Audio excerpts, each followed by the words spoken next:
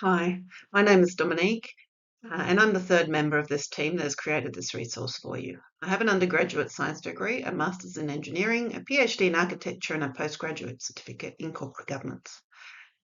I've also been working at both local and federal governments to give policy advice on things such as embodied carbon, circular economy, and the retrofit of buildings. My specific contribution to this masterclass is to scaffold the learning in an effective and efficient way so that it is as practical as possible for you. So I'm here to talk to you about Module 3, which is a deeper dive into the information requirements of government and industry. This module is the first of a specialised short series of modules to give you insights and information about those sectors and the opportunities to leverage your work in different ways so that we create that impact. Now, the case studies that we have used in these are on purposely not related to IEA work. And the reason for that is I've been an academic for 20 years, and when you connect a case study in a field that you know about, your brain goes into critique mode rather than listening for the actual lessons. So case studies in here are not IEA case studies. They won't be familiar from your research aspects, but they will be familiar to you from media and its impact that it's had on changing things, which is the purpose of this. The structure of this module is, again, with aims and outcomes and going into the government specific drivers. What are their information needs? What does this mean for your policy brief with an example? And then what about industry? And in there we go into profit organisations, peak bodies, not-for-profit organisations, and look at the general information needs for industry. And then there is an activity that you could do to scaffold, take the work you've done from activities 1, 2, and 3 and bring this into, and this activity 4 can be used for module 3 and module 4.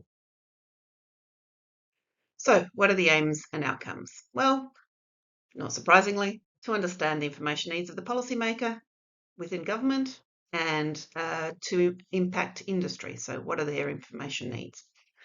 So we're hoping that the outcomes will be that you'll get a clearer understanding of the policymakers that sit within government and industry and what they need from their research and how to articulate the information coming out of your research specifically for those audiences. So let's start with government. What are their main? So what are the government drivers? What should you keep in mind as you're translating your research for them? They want to minimize future risk economically, socially, culturally, and environmentally. They are there to manage the country and manage the country in such a way that it continues to thrive for its constituents. And therefore, what is important to them and what will appeal to them is what will speak to the constituents. So thinking about that in how you frame your research outcomes will help gain traction. But they also need to balance what their constituents want with providing a safe and secure place for industry to operate and for the community to live and thrive. And so those are the things that are going through their minds. As your policymakers are looking at your research, they are wanting to influence and achieve the goals that they will have set, amongst others, to do these things. You've seen this slide before. Tanya has explained it earlier, but a quick recap. You're in red, the researcher sitting there and knowing that you have, say, a solution for how to measure embodied carbon to influence that uptake in the building industry. Now, your target audience is your policymaker. The policymaker knows that they have a commitment as part of government to address the environmental impact of their buildings. They know with the financial reporting that's coming down the line that scope 3, which is your embodied carbon, becomes a very important issue. And so these are the things that they need solutions for. And then you've got the decision maker, your politician, the person that is driving that commitment to reduce the impact of buildings, but they have a lot of other commitments. And that would be water, waste, air quality. I'm thinking about our own environmental minister. And they potentially have other things, such an election coming up. So these things are in the decision maker's mind. And so the policymaker needs to be able to communicate and find space in the decision maker's diary to be able to bring your research into life. And so these are the things that you as researcher would be keeping in mind. How do you clearly communicate to the policymaker so that it gives the policymaker the tools to impact what the decision maker needs to hear so that your research gets taken up?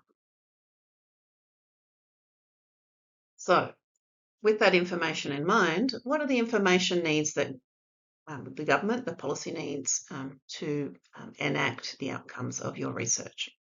It needs to be clear and brief. You need to start off with the conclusions, the opportunities, and the recommendations, and that call to action. It needs to have actionable insights. So try and go from general to specific things. And that might mean that your research may come up with 38 recommendations, but you may pick a certain subset of those recommendations for a specific policymaker. It has to have policy relevance. So this is really important. The work that I did for circular economy had to relate to agriculture. It had to relate to our housing crisis. It had to relate to infrastructure development. It had to relate with local production and opportunities here. So it had to relate to the other policy aspects. So I needed to have a sense of what those were to make that all relevant. It has to be evidence-based. So it's not just this is a good idea, but this is a good idea why, and this is how the research shows that. It has to have clear implications. This is how much it will reduce the impact per building, or this is how much it will take landfill out of our waste stream, or things like that. Clear implications, clear reductions in the health budget, and so forth.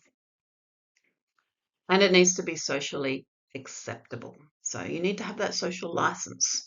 Either the public needs to be comfortable with the direction or it needs to be well scaffolded so that you can create that comfort. And so that needs to also be kept in mind.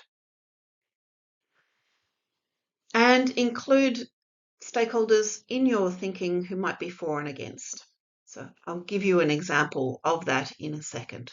But it's not just thinking about who will support your idea, but also who will be impacted by this idea and how are they taken on the journey so that your research is as actionable as possible, making it as easy as possible for the policymaker and the decision maker.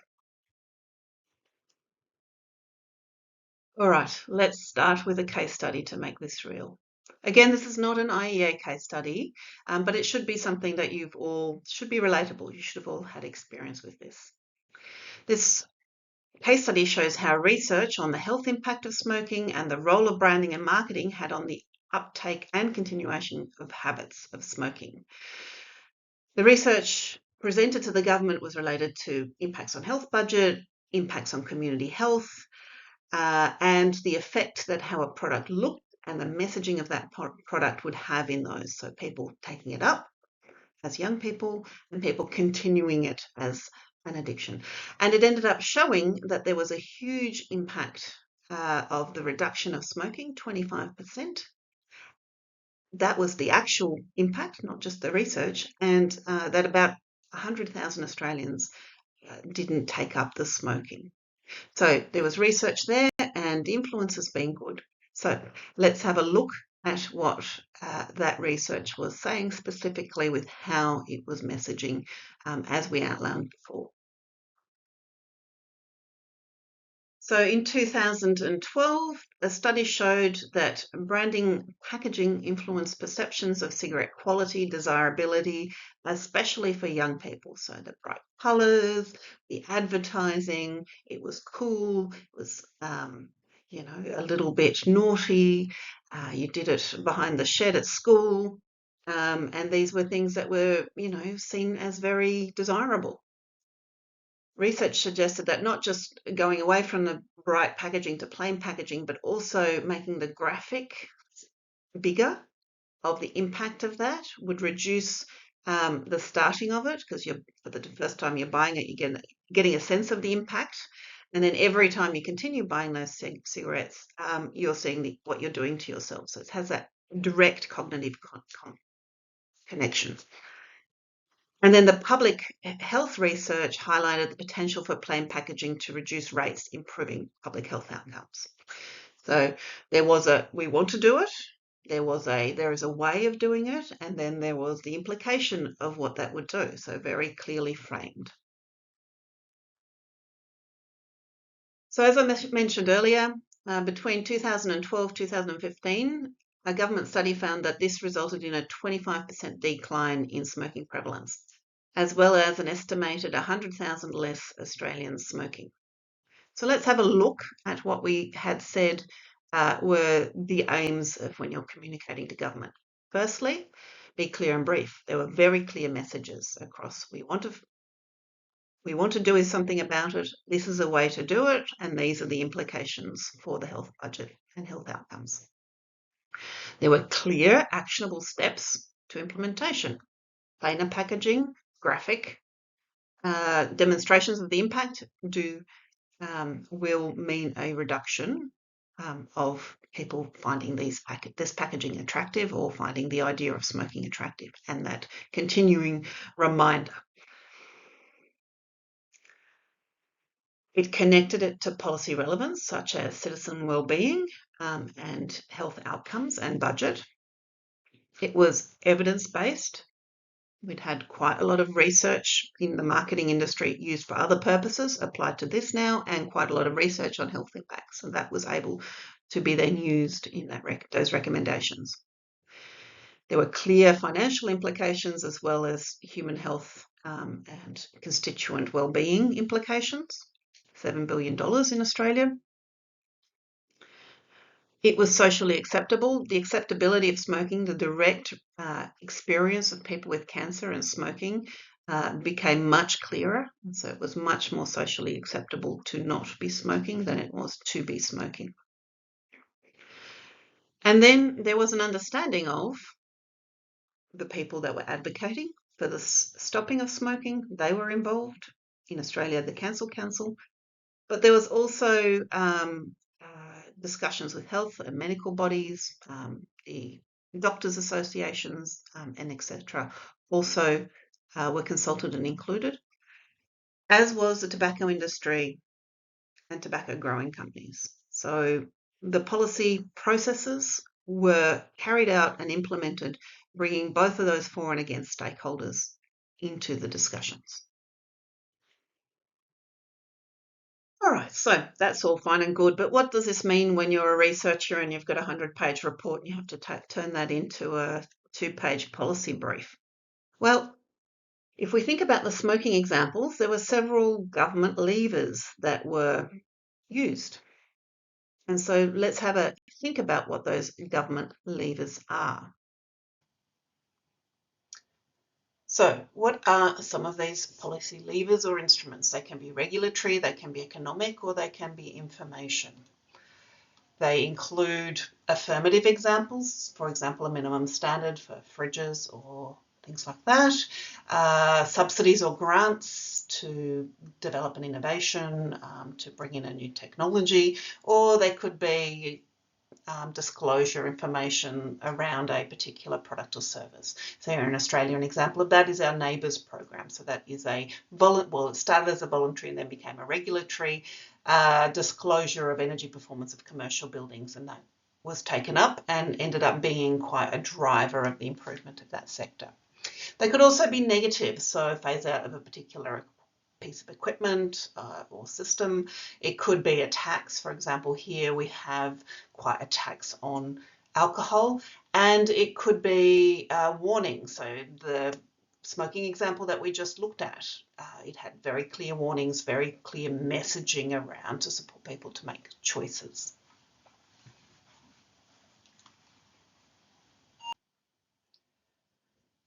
So if we implement those ideas of levers into our annexes, let's take Annex 80, for example.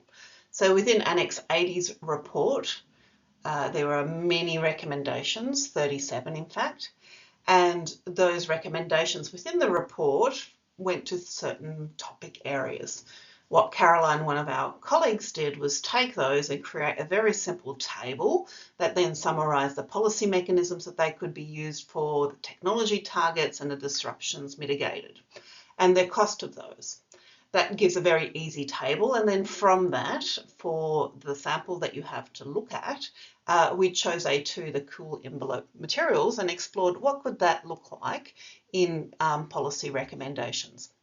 So grouping them helped focus themes that we then took into that document, and then that supported the particular policy recommendations. So what does that look like?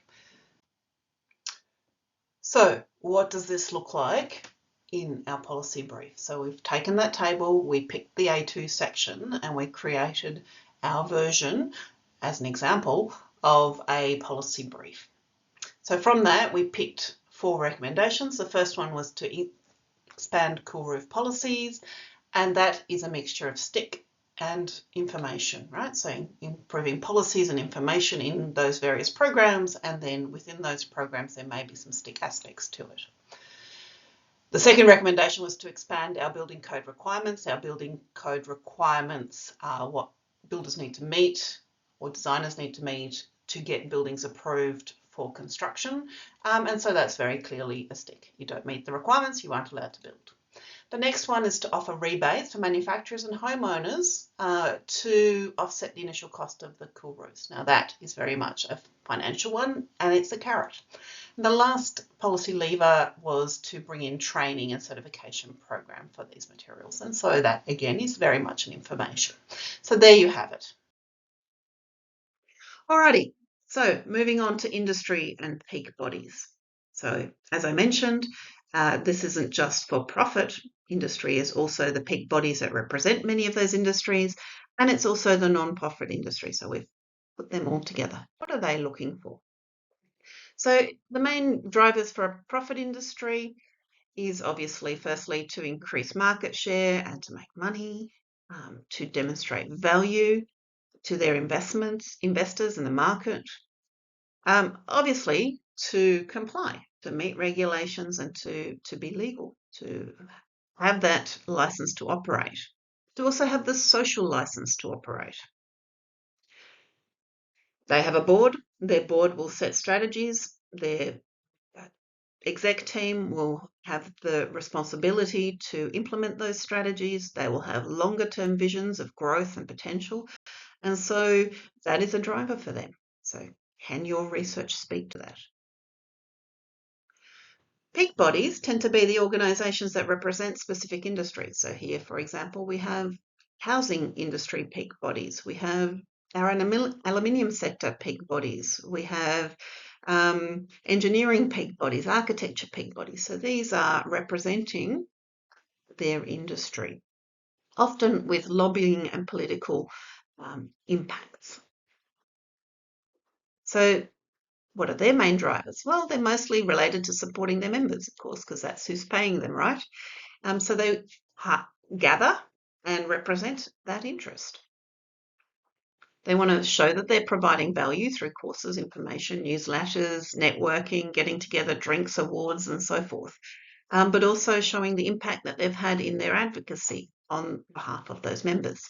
They want to grow their membership, and they want to influence and support their members. So that's something to keep in mind. So if you're trying to influence the aluminium industry, it's not just about providing a narrative that will help the aluminium industry feeling like they're going to be able to meet their short and long-term targets, etc., but also making sure that the peak bodies are part of the conversation and that you have hooks for them in your policy recommendation.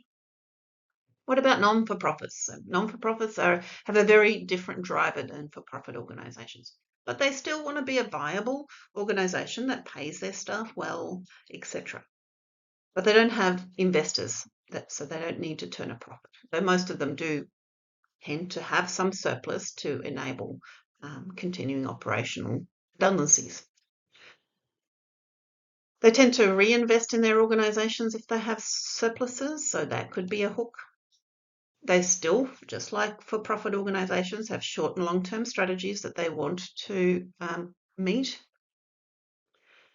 They run a lot on reputation. So doing projects well, attracting funding, or doing things well and attracting donors. So they are very often purpose-driven and wanting to improve their reputation in the market in delivering that purpose so that they can continue to operate, so that they can have continued flow of money. They often tend to be very connected to their mission, and often have social good or ecological good aspects to it. And so that if they are part of who could be influenced by your research, it is worth keeping that in mind. And they want to do things that attract money, as I mentioned, to keep being able to run their businesses. So again, another fictitious example in this format to kind of run you through. So here you are, the red researcher. You've got a solution to measuring embodied carbon. You've got a peak body, and so here we're talking, for example, the building industry, and we're talking the for-profit sector. We've got a peak body that's very interested in making sure they represent the builder. So what is the risk for their members of this embodied carbon thing? Is there an evidence of benefit for our members, our industry, and what are their members saying? So peak body turns to the builder and says, what do you think about this embodied carbon? And the builder throws up their hands and said, I'm annoyed by all these additional things I have to measure. What is it? Why is it important to me? What impact will this have on my profits? I don't like change.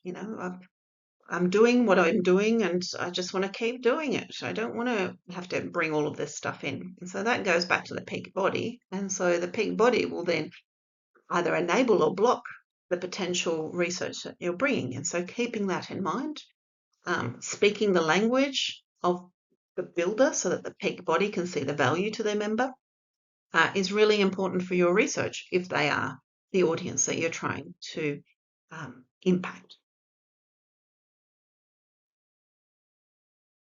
So let's have a look at what are the categories that you would want to scaffold your research recommendations around. Evidence-based. So industry is just as interested in evidence as is government. Very clear and consistent so that it supports, if the industry is going to move, they know that they're going to move and it's going to stay. So it's not something that the next government's going to turn around. So it's an important thing and it's something that is worth investing in from their perspective. That there are practical ways to help them implement it and that the implementation will be smooth. That there are realistic costs and benefits. So often we get excited about a change and we might, be a little optimistic. And so being as evidence-based and realistic around those costs and benefits is really important. And making sure that it doesn't just speak to the tradespeople, the builders, but also speaks to directors and businesses. And so in the case of embodied carbon, there is the financial disclosure that's coming and the need to understand it.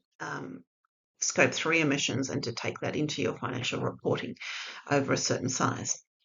So your research needs to speak to all of that. So let's make this real, again, with an example that's not IEA related. So here, and again, this is something that we've probably all seen in the media and seen the impacts reported and have meaning to us. So microplastics and its impact on the environment and on ourselves. So research showed that it was an issue. The media published articles. It was very sensational because, we've all either been a child or have children, grandchildren. And so the idea that we're impacting their health, that our health is being impacted, is something that gets us to sit up and listen. The industry were then stepped up to it. They started to remove microplastics and replace it from other things such as bioplastics, alternates. They started bringing in circular economy and those aspects, and they started to reduce single-use plastics. So all of this reduced the amount of plastics in the environment and the resulting microplastics in the environment. So there was clear facts and data for the industry. This is an issue. It is shown in the environment. It is shown in babies. This is an important issue that your customers are going to care about. It showed that the impact is universal, no matter where you are in the world. It included practical measures, as I outlined, things like being able to provide viable alternatives. A lot of products I know, face scrubs and stuff like that, now use oats or, some sort of other gritty thing, charcoal, things like that, that are natural as opposed to plastics based. Included clear costs and benefits, and the research showed a clear connection to reputation and viability and social license to operate. People just stopped buying things that didn't clearly specify they had no microplastics in it. And there were director implications and long-term strategy implications and so forth. If people are no longer buying your products because of microplastics, well, then your strategy is to get rid of the microplastics, right? So it was all connected in with all of that. So that's all, you know, not related to IEA, but now it's time for you to think through, take the things that you've done from activities 1, 2, and 3, and the activity is in your workbook, but think about your key stakeholders and then think about what are their key interests, goals, and information needs. And hopefully that, over time, will help when your research progresses to really be able to extract from that research the things that will mean that it makes it easier to enact by your stakeholders the outcomes of the research. And if you show impact, then you'll have more credibility in your research, you will attract more funding and all of those great things, and be able to contribute to resolution of the solution that the problem that your research is about. All right, so that was the deep dive into government and industry. Hopefully that has been useful for you. And now it is time for the next 2 modules, depending on the interest of what you're doing with your research. There is a deep dive into public and media. So what are the public interested in? They're interested into different things, industry and government. And what about media? How do you get those hooks in so that your project is out there in the media and is providing that enabling environment, that social license for your research to be taken up? And Module 5 is really something that Tanya, who is an expert on this, has created to support you. There are so many social media platforms out there. How do you really amplify your research by leveraging those social media platforms? So enjoy the next steps. It's a pleasure to have created these for you and to have presented to you. Thank you very much. All the best.